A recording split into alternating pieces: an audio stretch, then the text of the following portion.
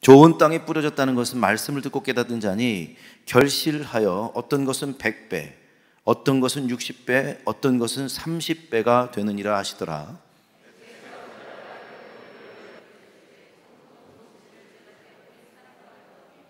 사람들이 잘 때 그 원수가 와서 곡식 가운데 가라지를 덧버리고 갔더니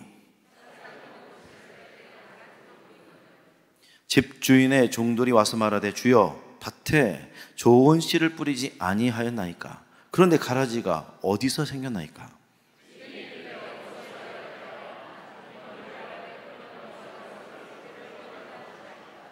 주인이 이르되 가만두라. 가라지를 뽑다가 곡식까지 뽑을까 염려하노라. 둘 다 추수 때까지 함께 자라게 두라. 추수 때에 내가 추수꾼들에게 말하기를 가라지는 먼저 거두 풀을 사르게 단으로 묶고 곡식은 모아 내 곡간에 넣으리라 하리라. 아멘. 제가 오늘 이 말씀을 메시지 바이블이라는 성경으로 읽어드릴게요. 예수께서 또 다른 이야기를 들려주셨다. 하나님의 나라는 자기 밭에 좋은 씨를 심는 농부와 같다. 그날 밤 품꾼들이 자는 동안에 그의 원수가 밀밭 사이사이에 엉겅퀴를 뿌리고는 동투기 전에 자취를 감췄다. 푸른 싹이 처음 나고 나달이 연글려고 할 때 엉겅퀴도 함께 나왔다. 일꾼들이 농부에게 와서 말했다. 주인님, 좋은 씨만 가려서 심지 않았습니까? 이 엉겅퀴는 어디서 왔습니까? 주인은 원수가 그랬구나 하고 대답했다. 일꾼들은 엉겅퀴를 뽑을까요? 하고 물었다. 주인이 말했다. 아니다. 엉겅퀴를 뽑다가 밀까지 뽑아버리겠다. 그냥 추수 때까지 같이 자라게 두어라. 그때 내가 추수하는 사람들에게 엉겅퀴는 뽑아 따로 묶어 불 사르고 밀은 거두어 곡식 곡간에 넣으라고 하겠다. 여러분 훨씬 더 이해가 잘 되시죠? 예. 오늘 말씀은 예수님의 가라지에 대한 생각입니다. 가라지에 대한 생각. 오늘 말씀에서 보면 예수님은 어떤 마음을 전달하려고 할까요? 그 도구를, 그 매개체를 가라지로 사용하고 있습니다. 자, 그림에서 보면 보리, 밀, 가라지 다 비슷하게 생겼습니다. 처음에는 모릅니다. 보리, 밀, 가라지 모두 다 성장해서 나중에 보면 어떤 것이 보리고 어떤 것이 밀이고 어떤 것이 가라지인지를 알게 되는 거죠. 오늘 예수님은 우리에게 들려주시는 이야기는 아주 단순합니다. 오늘 말씀을 여러분 못 이해하시는 분 없죠? 그러나 중요한 진리가 이 가운데 담겨져 있습니다. 자, 여러분 가라지를 통해서 예수님께서 어떤 말씀을 하실까 궁금하십니까? 궁금하십니까? 자, 그럼 시작하겠습니다. 첫 번째입니다. 가라지를 통해서 주님께서 말씀하시고 싶은 첫 번째 메시지는 하나님의 나라는 자기 밭에 좋은 씨를 심는 농부와 같다라는 첫 번째 메시지입니다. 하나님의 나라에 속한 사람은 자기 밭에 좋은 씨앗을 계속 심습니다.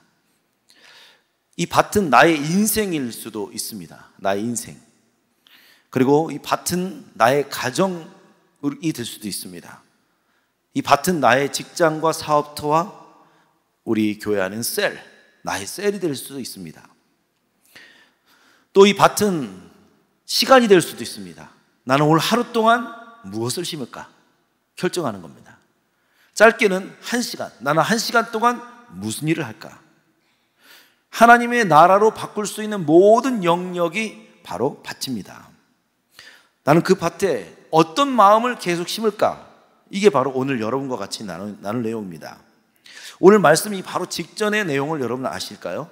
여러분 그 바로 직전의 내용은 우리가 잘 알고 있는 4가지 밭에 대해서 나옵니다. 그 4가지 밭은 길가밭, 돌짝밭, 가시밭, 엉겅퀴 그리고 좋은 땅, 옥토에 대한 내용이 나옵니다. 이 말씀의 내용은 아무리 씨앗이 좋아도 밭이 안 좋으면 열매를 맺을 수 없다. 이게 바로 예수님의 메시지입니다. 그런데 오늘 말씀은 또 반대입니다. 밭이 아무리 좋아도 씨앗이 좋지 않으면 열매를 거둘 수 없다. 그래서 이 두 말씀을 통해서 얻을 수 있는 결론이 있습니다. 밭도 좋아야 되고 씨앗도 좋아야 된다라는 겁니다. 한번 따라서 해볼까요? 밭도 좋아야 되고 씨앗도 좋아야 합니다. 이 두 가지가 다 좋아야 된다는 거예요. 좋은 밭은 그럼 어떻게 될까요? 이 좋은 밭, 우리가 어떻게 좋은 밭을 이룰 수 있을까요? 이 좋은 밭은 예수님과의 개인적 만남을 통해서만 이루어질 수가 있습니다. 예수님과 만나야 돼요. 그래야지 우리가 좋은 밭을 결정하는 것이 아니에요. 예수님께서 우리에게 좋은 밭을 만들어주시고 기경해 주시는 분입니다. 그렇다면 여러분에게 드려야 될 질문들이 몇 가지가 있습니다.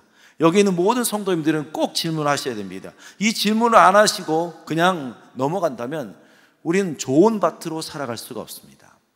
첫 번째 질문입니다. 여러분은 예수님을 인격적으로 만나셨습니까? 아멘이십니까? 대답을 아직 못하시는 분이 있네요. 여러분은 예수님께서 나의 인생의 결정권자가 되십니까? 아멘이십니까? 세 번째로, 여러분은 성령으로 거듭났다고 자부하고 고백할 수 있습니까? 아멘이십니까? 점점 작아집니다. 더 있습니다.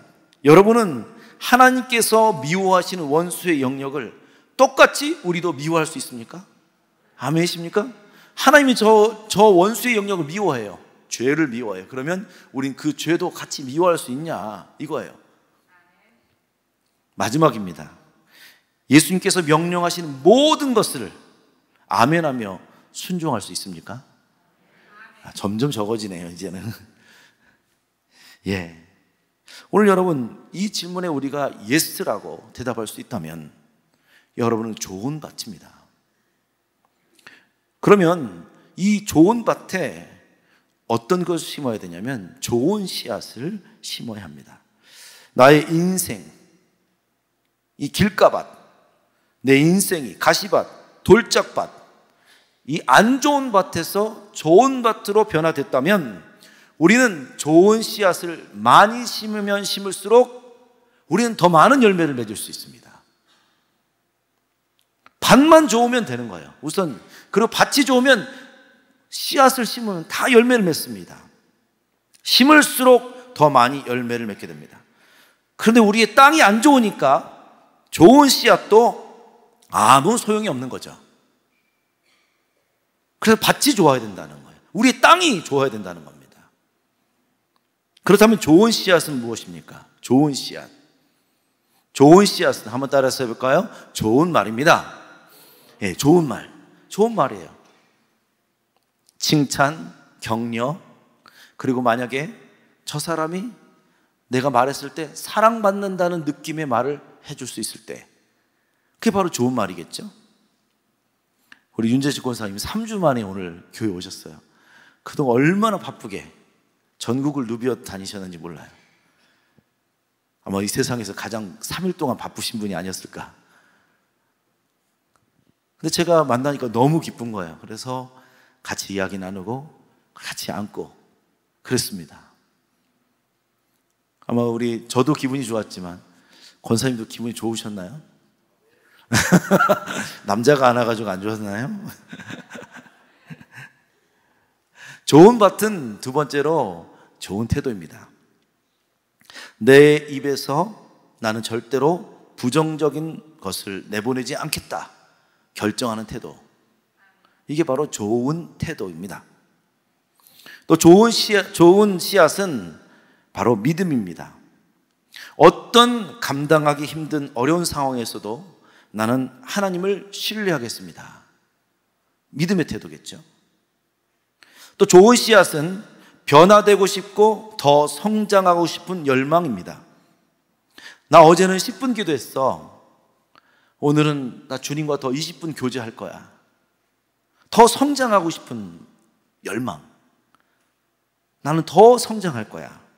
나 오늘 말씀을 한 장을 읽었는데 그 말씀보다 더 읽고 싶어. 오늘은 2장 읽을 거야. 이 단순하게 이렇게 생각하면 되는 거죠. 그래서 우리 음파교회는 누군가가 이렇게 성장하고 있잖아요. 그러면 그 사람이 존경받아야 돼요. 영적으로 성장하고 싶은 사람을 깔보거나 무시하거나 왜 저렇게 너무 열성적이지 않아? 그게 아니라 나보다도 더 기도하려고 하는 사람을 존경하고 나보다 더 주님 앞에 가까이 가려고 하는 사람을 사랑할 수 있어야 돼요. 존중해야 된다는 겁니다. 아, 저 사람은 나보다 더 위대한 믿음을 소유했네? 나도 더 해야지 라는 마음을 가져야 된다는 거예요. 그 어른이든지 아이든지 상관이 없어요. 아무리 어린아이라도 그 아이가 나보다 더 위대한 믿음을 가졌을 때 그 아이를 존경할 수 있어야 돼요. 나이와는 상관이 없다는 겁니다. 그게 바로 우리 음파교회에 있어야 될 태도입니다. 하나님 앞에서 막 뺀질뺀질하고 빠져나갈 궁리하고 헌신해야 될 때 아, 나만 제발 안 걸렸으면 좋겠다. 여러분, 이런 마음은 좋은 씨앗을 심는 것이 아닙니다. 또한 좋은 씨앗은 한번 따라서 볼까요? 나의 자녀입니다.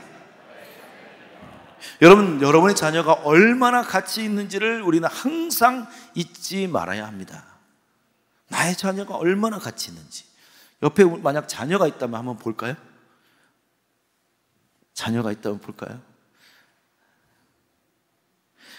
한번 따라서 해볼까요? 나의 자녀는 감추어진 보화입니다. 하나님께서 여러분에게 주신 보화입니다. 아멘이십니까? 제가 유아 세례할 때 항상 부모님들에게 질문하는 것이 하나가 있습니다. 그 질문은 뭐냐면 이 아기를 성인으로 자랄 때까지 믿음으로 양육하기로 하나님과 약속하시겠습니까? 라는 거예요.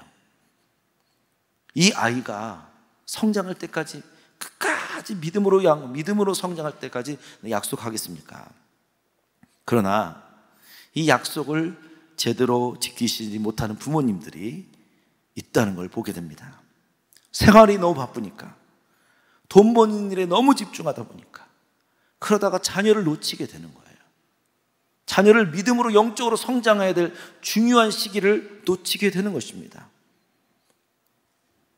여러분, 우리 자녀가 항상 우리 가정 안에서 밥 잘 먹고 잘 자고 있다고 그 아이가 성장하는 것 아닙니다. 우린 그 아이에게 영적 성장을 꼭 해줘야 될 책임이 우리에게 있습니다. 그래서 우리는 항상 본을 보일 수밖에 없는 거예요. 그 아이가 나의 믿음의 본을 보일 수 있는 거예요. 나의 믿음을 보고 따라가는 겁니다. 자녀들은 어쩔 수가 없어요. 어떤 환경에서도 두려워하지 않는 믿음의 태도를 보일 때 자녀도 똑같이 힘들 때 두려워하지 않습니다. 주님을 신뢰하고 기도합니다. 본을 보이는 것밖에 없어요. 그런데 본을 보이지 못했다면 항상 그 자녀도 똑같이 우리와 똑같이 살아갈 수밖에 없는 것입니다. 오늘 여러분, 좋은 씨앗 굉장히 중요합니다. 이 좋은 씨앗이 계속 좋은 밭에 심겨질 때 놀라운 열매를 맺게 되는 거죠. 아멘이십니까? 아멘이십니까? 두 번째 진리입니다. 25절 말씀이죠. 다 같이 한번 읽어볼까요? 25절 다 같이 읽겠습니다. 사람들이 잘 때 그 원수가 와서 곡식 가운데 가라지를 덧뿌리고 갔더니, 여기 보면 품꾼들이 자는 동안에 그의 원수가 밀밭 사이사이에 엉겅퀴를 뿌리고는 동트기 전에 자취를 감췄다. 우리가 이 좋은 씨앗을 열심히 심습니다. 문제는 원수도 심는다는 겁니다. 원수도 심는다.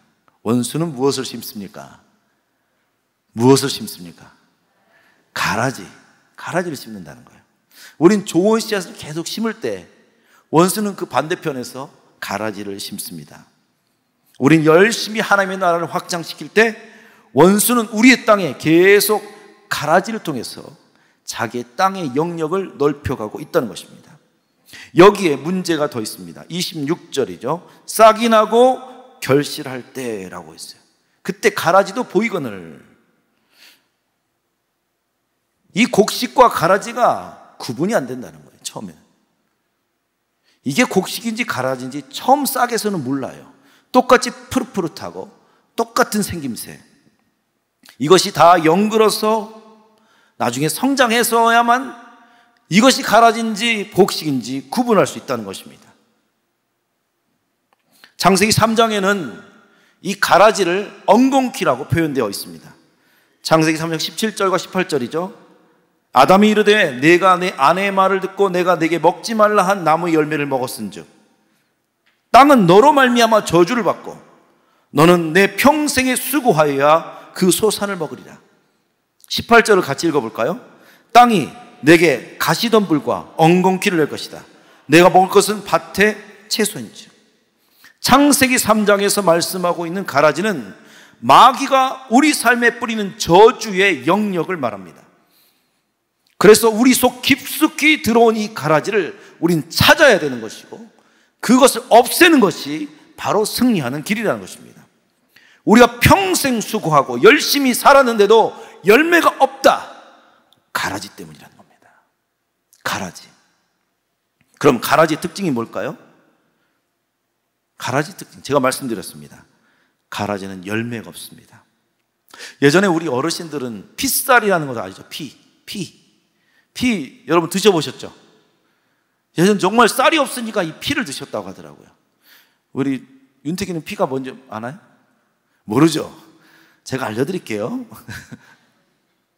이 피쌀이라는 게 있는데요, 이 피쌀은 전 세계에 다 분포합니다. 그리고 옛날에는 그게 주식이었던 적도 있어요. 예전에는. 그런데 이제는 잡초로 취급되는 쌀입니다. 맛과 소화 흡수율이 벼보다 훨씬 떨어집니다. 먹으면 소화가 안 돼요. 피똥 싸는 거예요, 피똥. 피똥을 싸는 겁니다. 예전에는 흉년이 들면은 이 강아지 풀과 쌀, 이 피쌀을 함께 섞어서 먹었다고 합니다. 혹시 여기 드셔본 적 있으신가요? 그렇게 가난하지 않으셨네요, 다들. 우리 고건사님 드셔보셨어요? 안 드셔보셨어요? 아유, 잘 사셨네요, 그래도. 근데 이게 지금은 잡초예요. 왜냐하면 피가 벼와 같이 자라게 되면요, 벼에 있는 모든 양분을 다 뺏어갑니다. 그런데 우리는 그걸 먹으면 소화도 안 되고, 그리고 그거는 이제는 사람이 먹어서 안 되는, 어쩔 수 없이 먹었던 예전의 음식이었다는 겁니다. 가라지는 열매가 성장하는 것을 방해합니다. 가라지의 생존 방식은 모든 영양분을 다 빼앗아가고 자기만 성장하는 겁니다. 가라지는 곡식보다 훨씬 더 성장이 빠릅니다. 그래서 벼보다 이 피는요 30% 더 광합성을 더 잘 받는데요. 그러니까 벼하고는 상관없이 피는 훨씬 더 크게 자라는 거예요. 문제는 이 두 가지가 똑같이 보인다는 겁니다. 그러나 추수할 때가 되면은 피는 빨개져요. 피는 노래집니다. 그래서 결국 그 피가 보이고 가라지가 보이게 된다는 것입니다. 일꾼들도 그래서 헷갈리는 거죠. 도대체 이 가라지가 어디서 나왔습니까? 모를 정도로 그들도 지금 이 가라지에 대한 인식을 못했던 것입니다. 일꾼들이, 농부들이 이렇게 얘기합니다. 주인님, 우리는 좋은 씨만 가려서 심지 않았습니까? 이 엉겅퀴는 도대체 어디서 나왔습니까? 곡식과 섞여있는 이 가라지 뿌린 것도 몰랐어요. 있는 것도 몰랐어요. 여러분, 이 그림과 같습니다. 여기에서 우리가 어떻게 가라지를 찾을 수 있겠습니까? 그냥 똑같이 자라고 똑같이 푸르고 똑같이 벼와 같은데, 여러분, 가라지 하면 제일 먼저 생각나는 사람 누구입니까? 유다. 예수님의 제자였던 유다. 유다가 언제부터 원수의 종이 되고 가라지가 되었을까요? 성경은 이 부분에서 정확하게 보여줍니다. 요한복음 13장 1절과 2절이죠. 유월절 전에 예수께서 자기가 세상을 떠나 아버지께로 돌아가실 때가 이른 줄 아시고 세상에 있는 자기 사람들을 사랑하시되 끝까지 사랑하시니라. 2절 같이 읽어보겠습니다. 마귀가, 저는 이 말씀을 읽으면서 너무 소름이 돋습니다. 예수님은 그들을 향해서 끝까지 사랑하는데, 그리고 예수님은 제자 한 명 한 명을 너무너무 사랑한 거예요. He loved them to the very end. 끝까지 사랑하셨다는 겁니다. 그런데 유다는 반대편에서 마음을 어떻게 먹고 있냐면 예수님을 팔아야지, 이런 마음을 갖고 있다는 겁니다. 성경은 이 소름 돋는 상황을 우리에게 말씀하고 있습니다. 유다 마음 가운데는 벌써 이런 마음이 드는 거죠. 자, 예수님 팔면 차 바꿔야지. 이렇게 생각하는 거예요. 와, 저 예수님 팔면 그 돈으로 우리 집 좀 고쳐야지. 아, 예수님 팔면 우리 온 가족과 한번 여행 가봐야지. 여러분, 차 사는 것 나쁜 것 아니에요. 집 사는 것 나쁜 거 아니에요. 가족들과 함께 여행하는 것 나쁜 거 아닙니다. 뭘 팔아서요? 예수님을 팔아서 산다는 겁니다. 예수님을 팔아서 자기를 위해서 살아가는 겁니다. 이게 바로 가라지의 마음이라는 겁니다. 유다는 이런 마음을 가지고 있는데 예수님은 그들 앞에서 더 위대한 행동을 하십니다. 저녁 잡수시던 자리에서 일어나 겉옷을 벗고 수건을 가져다가 허리에 두르시고 이에 대야에 물을 떠서 제자들의 발을 씻으시고 그 두르신 수건으로 닦기를 시작하여 예수님은 이렇게 무릎을 꿇고 그들의 발 하나하나를 만져가며 그들의 발을 씻어주기로 마음을 먹고 있다는 겁니다. 원수는 그렇게 마음을 가지고 있지 않는데, 여러분, 유다의 마음이 어땠을까요? 아우, 마음 불편해. 아유, 나는 지금 예수님 팔려고 하는데 예수님은 왜 그래? 아유, 마음 불편하게. 내 마음이 들켰나? 유다의 마음이 불편했을까요? 아니요, 저는 정반대라고 생각합니다. 와, 내가 예수님을 팔려고 마음 먹으니까 그 잘난 예수도 별 수 없네. 나에게 엎드려 절하잖아. 이렇게 생각하는 거죠. 역시 돈이 최고지. 돈은 이 세상에 다 나에게 절하게 만드는 힘이 있어. 그래, 잘 결정했어. 제자들은 마음이 아프고 슬프고 그런 예수님이 너무너무 불편한데 가룟 유다는 그렇게 생각한 거죠. 야, 나한테 절하네. 저거 팔아서 내가 어떻게든 살아야지. 여러분, 이렇게 한번 가라지가 들어가게 되면 좋은 마음과 올바른 삶을 선택할 수가 없습니다. 원수가 뿌린 가라지가 바로 이것입니다. 왜 저 사람은 왜 저렇게 안 되는 길로만 갈까? 그 이유가 뭘까요? 가라지 때문이라는 겁니다. 가라지 때문에. 그래서 우리는 이 가라지를 제거하는 일이 어쩌면 우리 운명을 바꾸는 일과 똑같을 수 있습니다. 아무리 노력해도 안 되는 그 인생이 가라지를 없애니까 열매를 맺게 된다는 겁니다. 좋은 것들로 바꿔진다는 거죠. 그렇다면 이제 마지막 진리입니다. 28절 말씀이죠. 다 같이 읽어보겠습니다.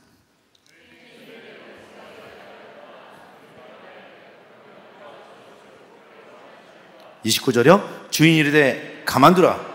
가라지를 뽑다가 곡식까지 뽑을까 염려하느라. 예수님께서 가라지를 어떻게 처리할까요? 물어보자마자 예수님은 단호하게 말씀하십니다. NO! 가만두라. 가라지 건들지 마! 말하는 거예요. 내가 지금 뽑으려고 하는 결정은 잘못된 거야. 뽑으려고 하지 마. 우리가 생각하는 최선은 가라지를 뽑는 것이에요. 그러나 예수님께서 생각하시는 최선은 가라지를 가만두라. NO! 만지지 마! 왜 그럴까요? 열매 때문입니다. 29절이죠.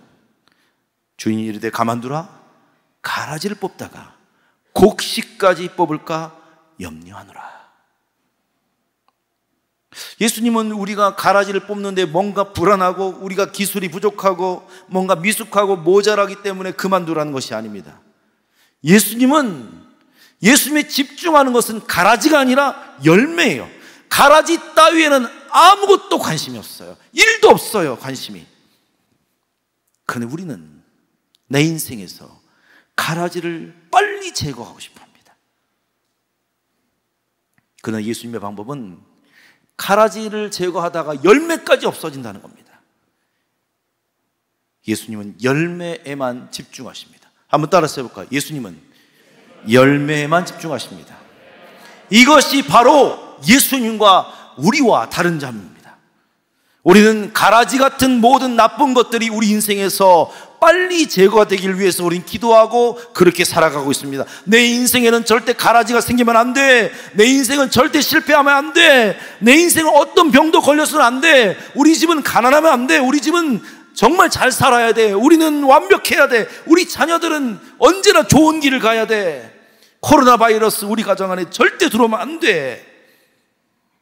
그러나 우리는 아무리 그것을 막으려고 해도 원수가 뿌려놓은 이 가라지는 막을 수가 없다는 거예요. 우리는 그 가라지를 없애기 위해서 매일매일 열심히 살고 있는데 그 가라지가 없어지면 또 다른 가라지가 들어오게 된다는 겁니다. 코로나 지나니까 원숭이 두창 바이러스가 오고 전쟁이 오고 더 물가는 상승. 우리 인생이 좋아진 적이 없다는 겁니다. 가라지를 우리가 막을 수 없다는 거예요. 가라지를 뽑는데 너의 모든 삶의 집중을 버려라는 겁니다. 우리가 잘 때 뿌리는데 어떻게 우리가 이기겠어요, 원수를요? 원수는 이 땅에서 오직 가라지를 뿌리는 것이 그들의 사명입니다. 자, 한번 저를 따라서 한번 고백하겠습니다. 사단도 할 일이 있어야 된다. 여러분, 사단이 하는 일까지 우리가 막으면 안 돼요. 막을 수도 없고요. 그래서 우리는 사단은 네가 하는 일 계속해. 나는 내가 할 일을 계속하겠다. 나는 열매에 집중하겠다. 이게 바로 우리가 결정해야 될 아주 중요한 일입니다. 원수는요, 나의 밭에 계속 가라지를 뿌릴 것입니다. 그렇다면 우리는 그때 어떻게 해야 됩니까? 가라지만 보면서 멍하니 바라보며 있을 것입니까? 그냥 마음이 불편하고 있을 것입니까? 가라지 뽑으러 논으로 막 들어가겠습니까? 아닙니다. 우리는 열매를 더 성장시키고 좋은 열매에 집중해야 된다는 겁니다. 예수님의 해결책은 명확합니다. 너는 좋은 열매 맺기를 원한다면 가라지에 대한 관심을 다 버려라. 우리 삶에 있는 안 좋은 것들에 시선을 옮기라는 것이죠. 대부분의 많은 사람들은 가라지와 싸우려고 합니다. 그러나 예수님은 가라지와 싸우지 말라고 합니다. 가라지에 써야 될 에너지를 오히려 좋은 것에 쓰는 에너지로 바꿔라 라는 것입니다. 우리는 계속 나쁜 일이 생기면 하루 종일 그것만 생각하고 그 안 된 것에 우리의 마음을 빼앗깁니다. 요새 주식 너무 안 되고 있죠? 주식 투자하신 분들 너무 힘드실 것 같습니다. 비트코인도 그렇죠? 지금 원래 1억짜리가 100만 원까지 내려간다 하더라고요. 그때마다 우리는 계속 주식과 비트코인을 보면서 내려간다, 내려간다, 또 내려간다, 내려간다, 내려간다 하다가 망했다. 이렇게 끝나는 거예요. 망했다, 나는 이제. 너 어떻게 살아, 나는? 그러나 우리의 염려와 예수님의 염려는 완전 다릅니다. 29절을 다시 한번 읽어볼까요? 주인이 이르되 가만두라. 가라지를 뽑다가 곡식까지 뽑고 염려하노라. 예수님의 염려는 무엇입니까? 곡식이 뽑힐까 염려한 거예요. 가라지는 중요하지 않아요. 가라지를 없애는 것이 내 복의 결정이 아니라 오히려 예수님은 열매를 성장시키기 위해서 더 집중하라고 말씀하십니다. 그래서 우리는 가라지에 대한 생각이 바뀌어야만 우리 인생도 결정할 수 있습니다. 가라지에 대한 생각이 아직도 예전에 계속 집중하고 그것에만 바라본다면 우리는 절대 성장하지 않습니다. 사도 바울은 가라지에 대해서 이렇게 설명합니다. 그러나 무엇이든지 내게 유익한 것을 내가 그리스도를 위하여 다 해로 여길 뿐더러 또한 모든 것을 해로 여기면 내 주 그리스도를 예수를 아는 지식이 가장 고상하기 때문이라. 같이 읽어볼까요? 내가 그를 위하여 모든 것을 잃어버리고 배설물로 여기면 그리스도를 얻고. 아멘. 가라지는 배설물에 불과하다. 이것이 바로 사도 바울의 결정입니다. 예수님 마지막으로 말씀하십니다. 가라지는 불에 태워 버리고 곡식은 내 곳간에 거두겠다. 아주 쓸데없는 것이라는 거죠. 태워버려도 되는 그 쓸모없는 것에 우리는 모든 인생을 허비하며 살고 있습니다. 30절이죠. 같이 읽어보겠습니다. 둘 다 추수 때까지 함께 자라게 두라. 추수 때 내가 추수꾼들에게 말하기를 가라지는 먼저 가도 불사르게 단으로 묶고 곡식은 모아 내 곳간에 넣으리라. 우리는 가라지만 문제라고 생각합니다. 그러나 예수님의 생각은 다릅니다. 가라지는 내가 태워버릴 거야. 한번 따라서 해볼까요? 가라지는 내가 처리할게. 너는 열매만 집중해. 여기까지 따라 하셔야 돼요. 다시 한번 따라 하겠습니다. 가라지는 내가 태울게. 너는 열매에만 집중해. 예수님의 마지막 결론의 메시지입니다. 여러분, 너무 단순하죠? 그렇지만 우리는 이걸 너무 쉽게 잊어버리고 삽니다. 가라지에 내 인생의 모든 것을 쏟고 살아간다는 겁니다. 안 되는 것, 실패하는 것, 힘든 것만 우린 계속 꺼내서 또 보고 또 보고 또 보고 그래요. 상처 또 봐요. 그러나 주님께서 말씀하십니다. 가라지는 내가 다 태워버릴 거야. 그리고 십자가에서 이미 다 해결되었어 라고 말씀하십니다. 만약 예수님께서 가라지에게 모든 마음을 빼앗겼다면 예수님 십자가로 걸어가지 못하셨을 겁니다. 예수님이 십자가를 향해서 걸어가셨고 자신의 모든 것을 우리에게 주실 수 있었던 이유는 가라지에는 관심이 없는 거예요. 오직 나는 생명 살리겠다. 나를 통해서 열매가 모든 우리의 열방 가운데 일어나게 하겠다라고 하는 주님의 결정입니다.